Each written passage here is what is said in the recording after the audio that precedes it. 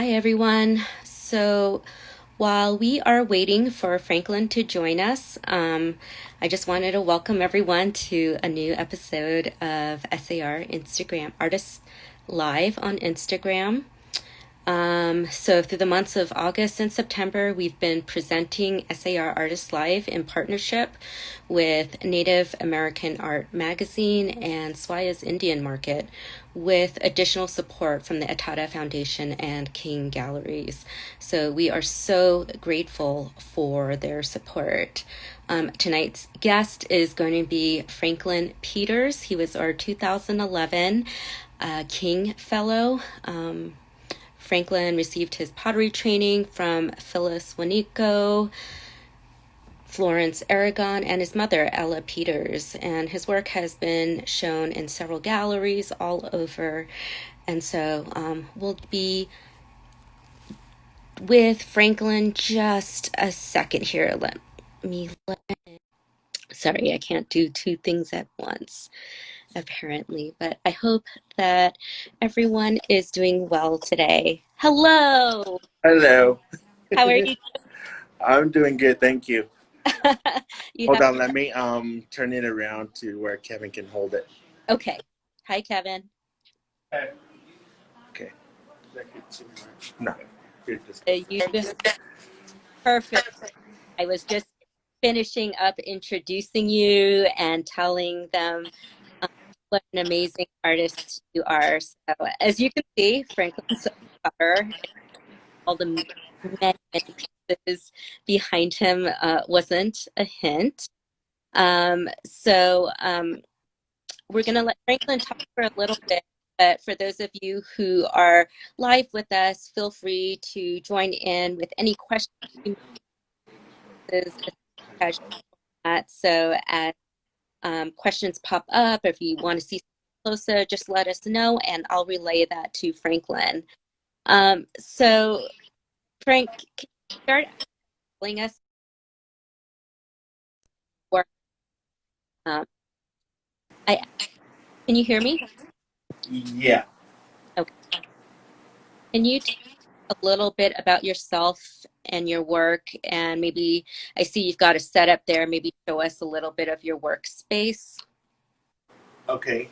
Um, Good afternoon, everyone. My name is Franklin Peters. I come from the Pueblo Lacuma. I am from the Sky Clan. I'm a big Sky and a little sun.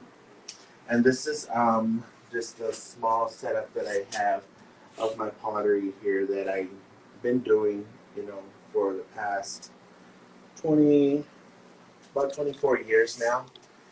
And I've been working a lot. I've been trying to get ahead on stuff since, the pandemic has been, keeping everyone home. So here's one of the pieces that I have. This one's sold already, but this is a Tularosa pot design, and it comes from one of the designs there at the School for Advanced Research. I believe it's dated back to 1900s, early 1900s. And everything that I do is done with the yucca brush. And this is one of my recent pieces, more, I would say, newer styles that I've tried, just kind of, it's got bats on there inside the little cave here that you would see. And it has the little insects, like in the evening hours, the bats come out wanting to eat, insects for before they go back to bed in the morning. And this is, you know, meaning yucca brush. I should get some of this. Yucca brush. It's a dried yucca leaf that I use. I take out one of them, clip it down to about maybe a couple inches long, and I chew it down to where the fibers are like a brush, and then, a paintbrush, and then I go and once they're at a brush, I get it and clip it down to one or two fibers on there. And this is what the yucca brush looks like. You can see that I've been using these a lot. You know, you can just barely see just one or two fibers on there, and I had to make at least 2 to 3 of them, you know, for me to work with.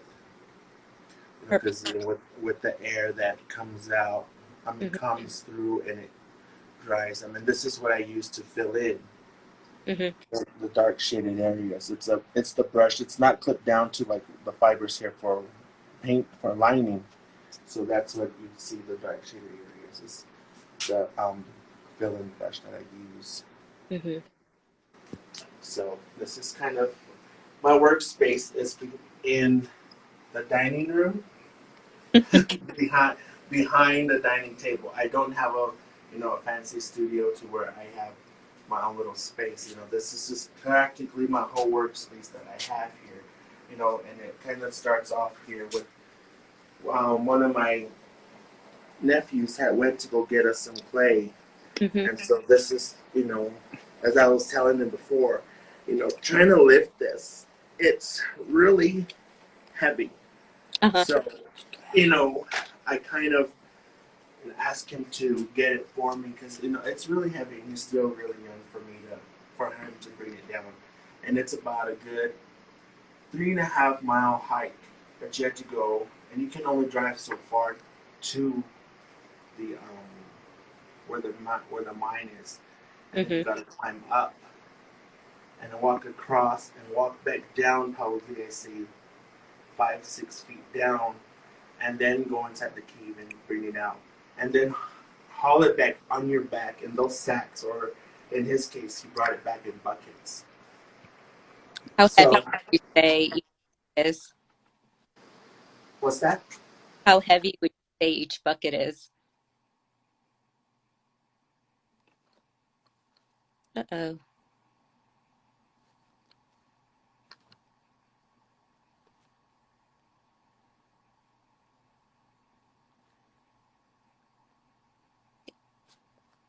I think we have Franklin frozen for a second. We'll give him a minute, see if he's able to unfreeze.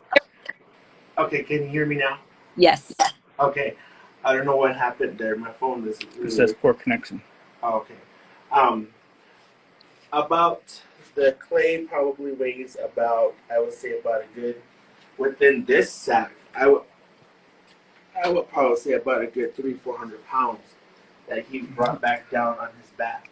And then the bucket's there. It's probably, I even barely even lifted this to bring it home. I mean, bring it inside from outside where he left it. So, and this is the clay in raw form. It's actually a rock.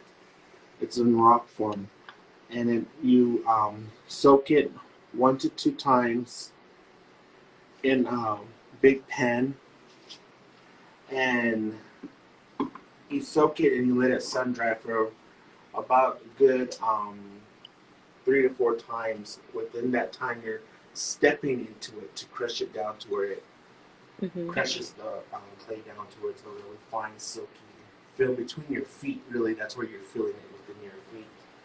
So, and this is it when it's sun dried, and I don't even have any ground up. So this is what it looks like when it's sun dried. So this is, got to really grind it down to a fine powder, you know, just a really fine flour consistency of it. And so that's what the clay is. And to add into the clay, we have pottery shards, old pot shards. You know, this is the pottery that you see here have history into them. You know, the pottery shards are dated back probably 1100, 1700, 1500, you know, to where you're having the history. Even this piece would have passed, you know, way back before, you know, when they started using this. And what I do with this is what I do with this is I soak it for about a good week in a bucket with hot water. And I get my grinding stone. I didn't even bring the grinding stone out. But I pound it down to where the fibers are, the shards are really, really fine. It's a really fine temper that, hold on just a minute, to where they're really, really fine. This is the ground pottery shards. They're really coarse. It's really like fine, fine, fine sand. Mm-hmm. I don't know if you can hear it. Yep. Yeah, it's a really coarse, fine ground depth.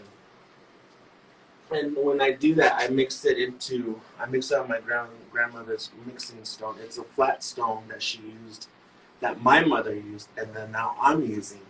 I put a mound of ground up clay, the shards on top, with the water. I boil my water. What I don't really use. I use the tap water, but for me to clean it out with the alkaline and stuff, and I, use the boil it down to where it's really clean water. So I add it with the clay and I mix it up to where it turns into mud. Mm-hmm. And like I said, I used all my mud with all this pottery here. I had about 25 pieces of pottery, and throughout this whole time, I've been, really, really busy, as you can see, Mm-hmm. And so with, building a pot, you first start off with, a ball of clay, and you form it into, they call it a pinch pot, basically, a little bowl. And then you're adding coil to coil. A coil on top and another coil on top. And what you're doing is just building it straight up. And what I use is my grandmother's base bowls.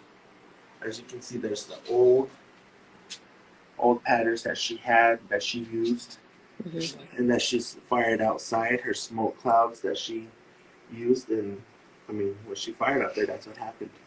So when I'm building straight up. It's like a stovepipe. And when I'm building it, then you're shaping it out as it's setting. So then that's when you lean it on the pot, the little bowl here.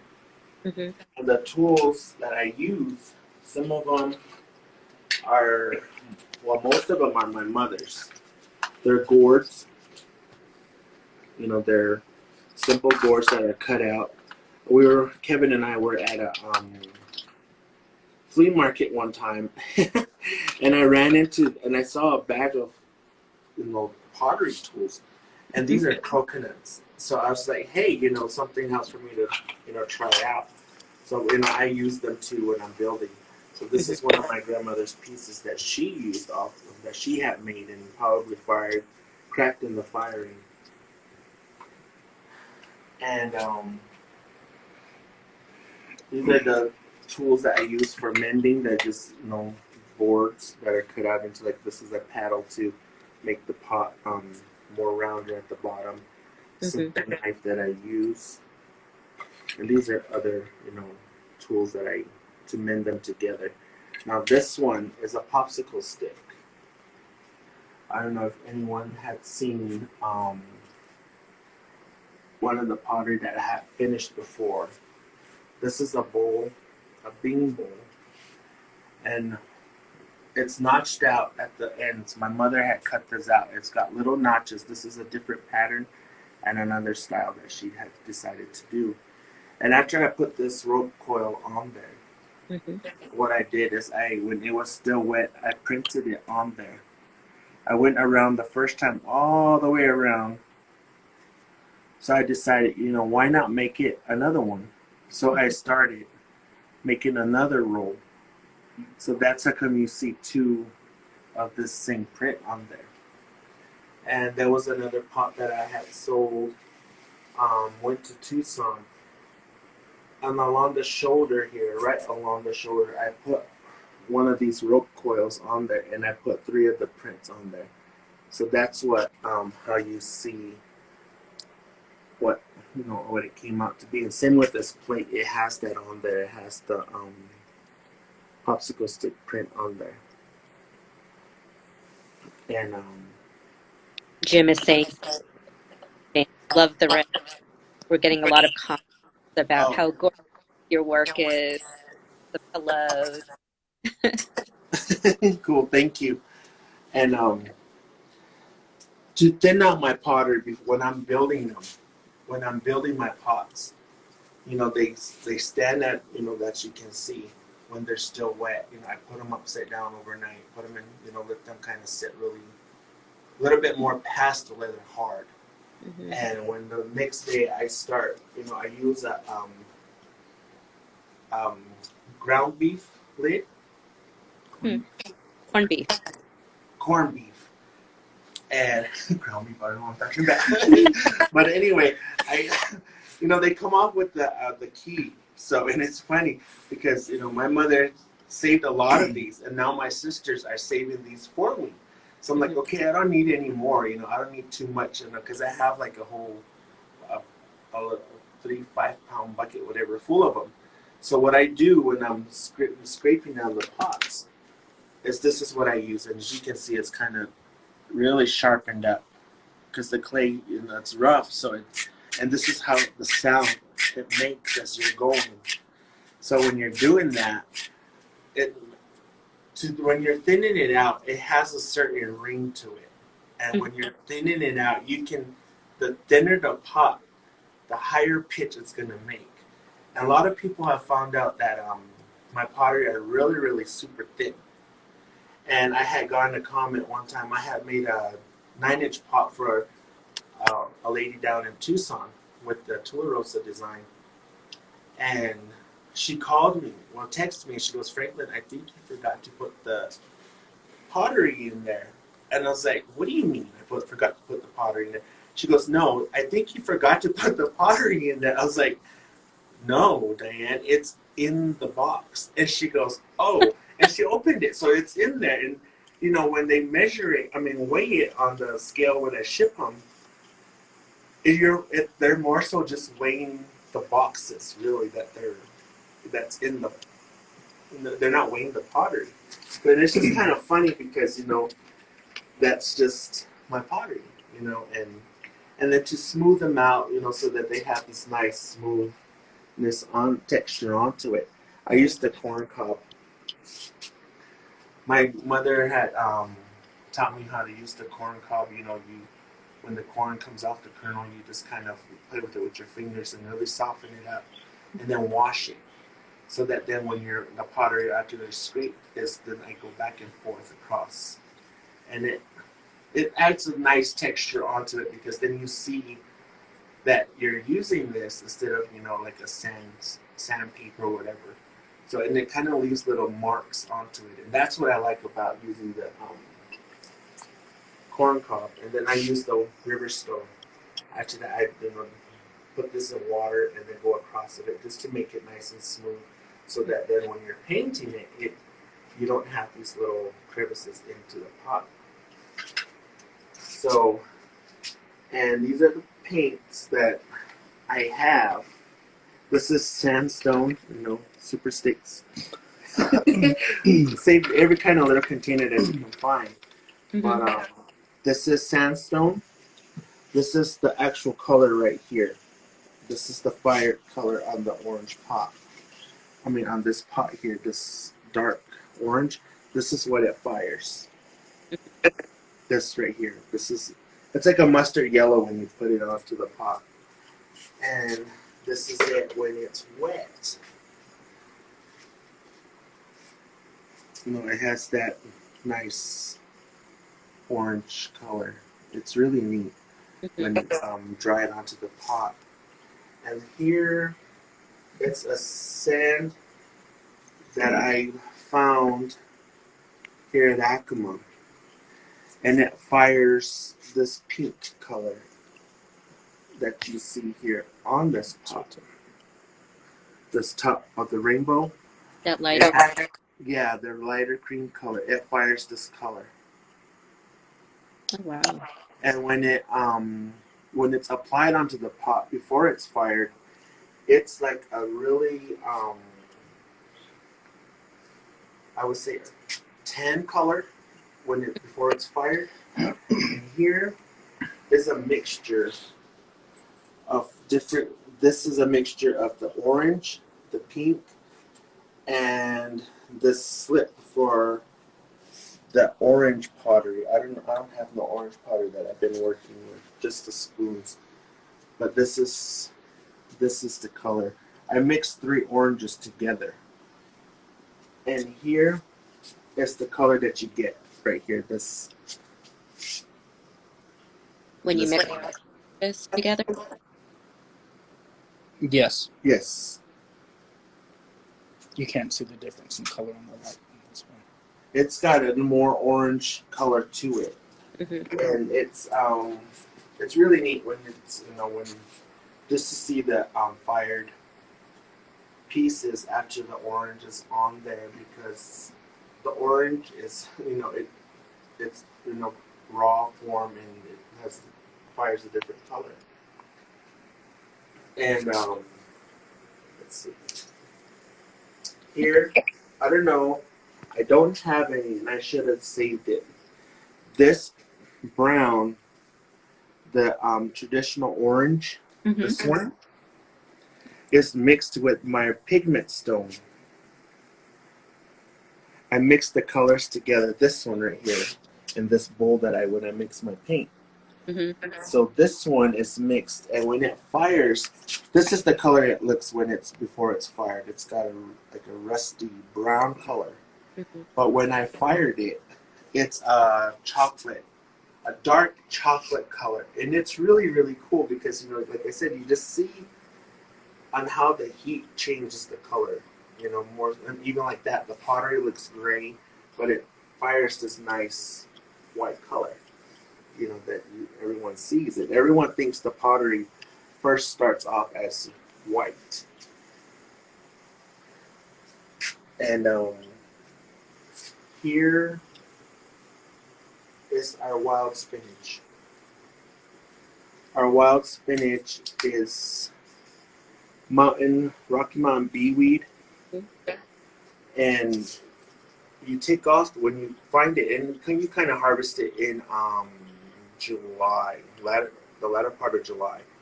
You take off all the leaves, and a lot of people say you can use the whole stalk of it, but I was always told, it's just more so the leaves that you're using. So when you take it off, you're taking off all the leaves. You put it in a pot, you put water in there, and you boil it. And when you're boiling it, it turns this dark emerald green color. And Mikhail doesn't like it. Mikhail don't like when I'm cooking it. My sister Rose don't like when I'm cooking it. Kevin don't like it because it really, really stinks. Yeah. And it's funny because when you're doing it in the summertime, you have your windows open. You have flies that come to your window, and it's just nasty because it really does smell. And it's gross. It kind of, I shouldn't say it, but it just kind of smells like poop, really. Yeah. It really has this really distinctive smell to it that it attracts a lot of flies to your windows and doors. So, and Weed has to it, I think. what's that? The beeweed has sugar in it that attracts the. Yes, and that's what makes the color on the pot darker. Mm-hmm. Is the sugars when you're firing it. It has the nice dark color to it, and it's brown when it's raw in its raw form. Then when it fires, it has this nice dark black color. And this is my grandmother's stone that she's probably had for a long time. And I cherish this stone so much because, like I said, in her hands, my great-grandmother's hands were probably on this. My mother's hands were on it. Now I'm using it. Mm-hmm. So how we make our paint, it's just we add the water to it, and you get the stones here, and you rock one back and forth, kind of add a force to it, so that then the color from this rock comes out into the bowl here. Mm-hmm. This one's dried up. I was using it yesterday. Mm-hmm. And then you see the little shiny dark parts of it. That's the beeweed that I added into it. You add after your paint is scraped off from it, you just kind of lay this in there, and it makes this nice dark, the color to it. So I have so many of these stones. Like here's another stone here that kind of just acts as a lid to it. So that's just, something kind of cool that my cousin brother had found for me. But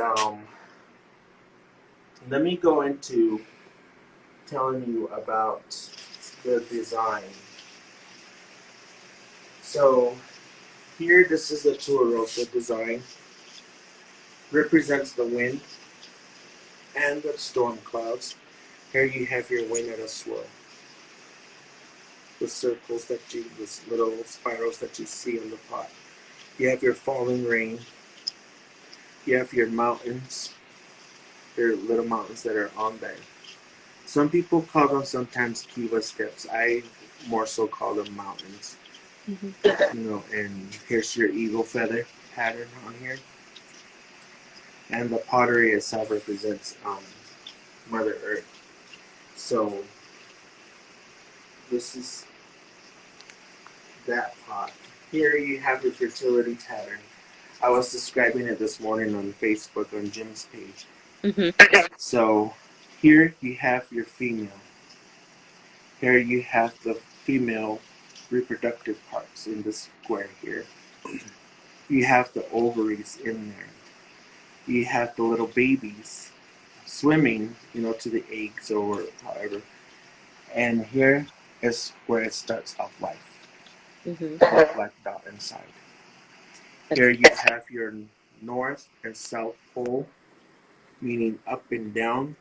Everyone, goes north, east, south, west. We sometimes forget up and down. Those that we also pray to. And here's your mountains again with the rain. We're always constantly praying for rain. So in here, you have your mountain again with your sun. You have your thunderbird, rain again. You have your cornfield, diagonal long bar, and here your corn kernels in there. And this is funny. I'll get to that S. But here's your falling rain again onto the mountain. You have your little eagle tail, eagle feather on there. You have your rain and your raindrops. Here you see your S. I've seen this on some of the old style pots that that I've come across, and I often wonder why they put that on there. There has to have a meaning for it. But my interpretation, we're living in this world now of social distancing. Okay, so that's what I made the S, and it just stands for social distancing. And it just kind of goes back to how we're living these days. You have this thing 6 feet apart, and that's just what it. For me, that's what I just social distancing. Just an S. I just kind of saw it on the pot, so I just kind of put it that way for myself. So this is the fertility pot.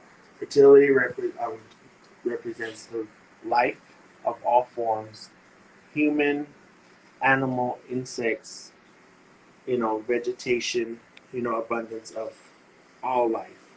So this is the fertility pot. Thank you, Frank. You're So welcome. beautiful comments to you. Miss Brandon, thank you for sharing, Franklin. Ultimate Toby says love, and there's lots of hearts coming through. Thank you. Faces. Jim Barfaldi says stunning Tularosa design pot. And then there's a question, and we're actually heading on the 30-minute mark. So this is perfect timing. There's a question about how are we able to purchase your pieces? What's the best to get in contact with you or to follow your work? Okay, the best way to contact me is through Facebook. My name Franklin Peters, and you can. I have stuff on there, but I go with more so Jim Barafaldi's page. That's where I post a lot of my stuff on, and so that's where you'll find a lot of my stuff. Majority of this is sold. This is the only one that's not sold. This is the only piece that's not sold, and it's up for sale. And prices just vary. Prices just vary. And before anything, I had when we did the application, my goal was to build large pieces. Mm-hmm. No, you probably seen a large pot here, but that was my goal to start building larger pieces. My large was just kind of this size, Mm-hmm. the 9-10 inch pots. But here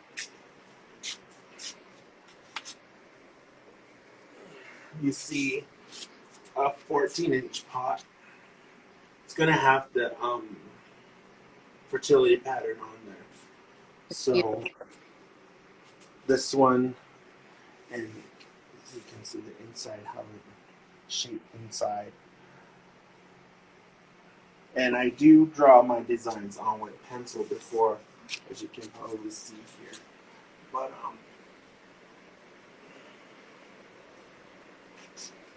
But going back to how you can get a hold of me is either through Jim Barrel Folding or myself, Franklin Peters, to you're interested, send me a message. I can probably put this out there, but my phone number is going to fly everywhere else. But Yeah. places where it We'll should go be. ahead and link Jim's Facebook group in the description of this IGTV. So for those of you who joined us kind of late, we'll go ahead and save this recording, and we'll put all the information in the description about how to contact Franklin Peters, what's the best him. Yeah, thank you Okay. so much.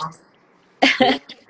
So I don't know if you guys have any questions or not, but quick, while we are seeing if we have any questions from the group, I'll just let you know about a couple upcoming events that we have at SAR. So next Monday, September 21st, we'll be going live with on Instagram at 6 p.m. Then on September 22nd, we'll be joined through with Eric Fender, Russell Sanchez, and Bruce Bernstein to talk about Voices of the Clay, an exhibit that they worked on together at the Museum of Indian Arts and Culture. And then on September 3rd, we have a presentation by our current Weatherhead resident fellow, Scott Artman, about Pueblo history, Milwaukee area. And so if you want to know how to join us on the event, just go to our website at web.org. And thank you for joining us this evening. We have a couple left.